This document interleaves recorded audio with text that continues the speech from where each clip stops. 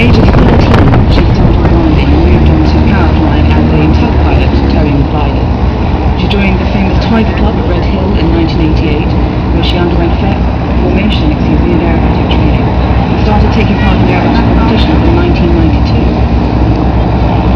She worked as a flying instructor, so you can learn to fly with Anna, from several airfields in the southeast, and doing all sorts of things, including tail work conversions.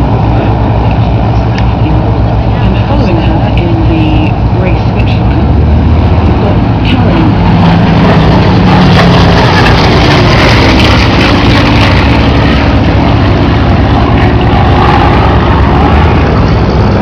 You might have noticed when the handover took place that I share a surname with Karen. I'm her daughter, and she's left me a note to say that my mummy's first solo in the Spitfire was at White Waltham Airfield in 1990, and she'd like to say that she's beginning to get on with it. It's only been almost 20 years.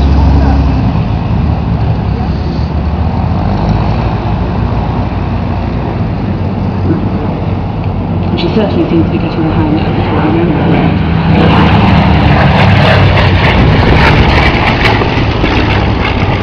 Now going back to the ladies which we're doing this in memory of.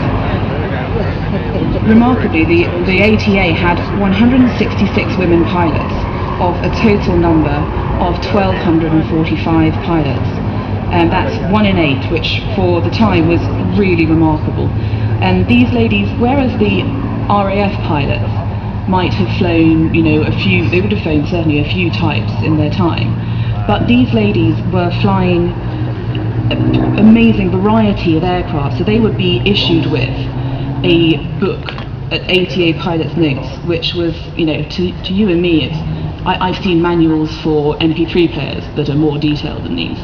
They would be handed these books, and they flew an incredible variety of aircraft. And Lettice Curtis, who's one of the ATA pilots, flew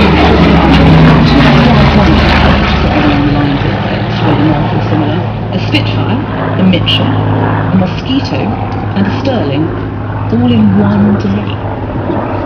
I think that's pretty remarkable.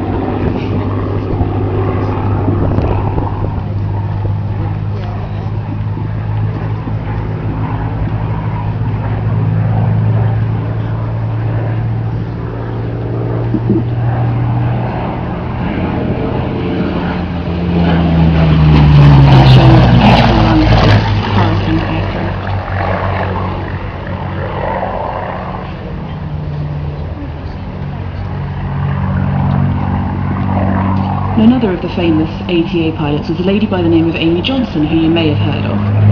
And she joined the ATA in 1940, already famous for her record-breaking flights to Australia, Japan. And she unfortunately was lost during her time at the ATA. And Freda Sharlan says very poignantly, "We lost so many friends. The next morning their name would be scrubbed off the boarding notice and the place would be horribly quiet. At the end of the war, we were often told that she was and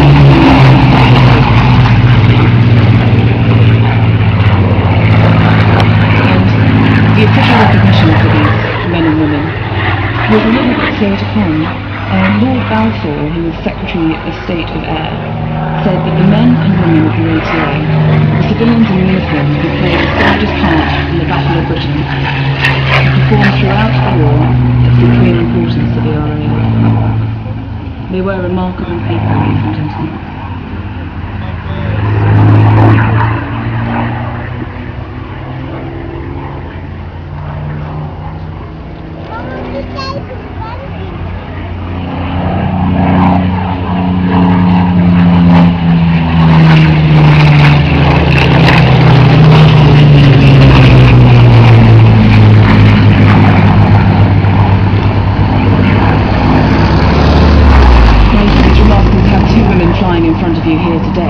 Which it certainly is, but the ladies at the time faced an even more male-dominated environment.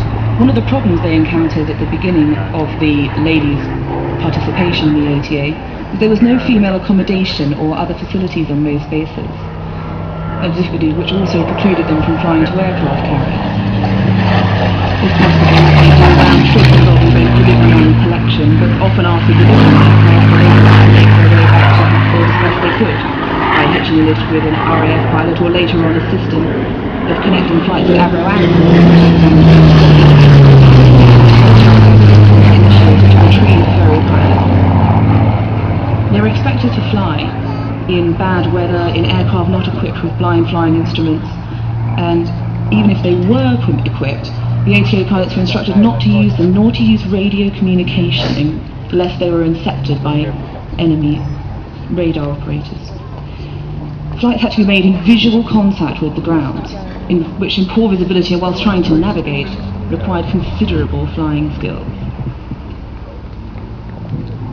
I was honoured to meet some years ago Jackie Moggeridge, who delivered the grey Spitfire, which you see being displayed by Carolyn Grace for you today.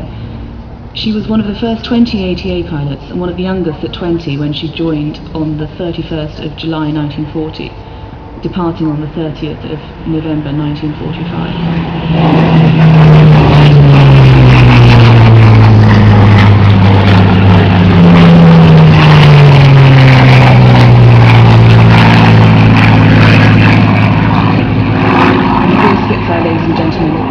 Kept going by a team of engineers and volunteers, and our supporters club would not be here flying in front of you today were it not for the immense generosity and support of HSBC insurance brokers, who provide us with remarkable help throughout the season.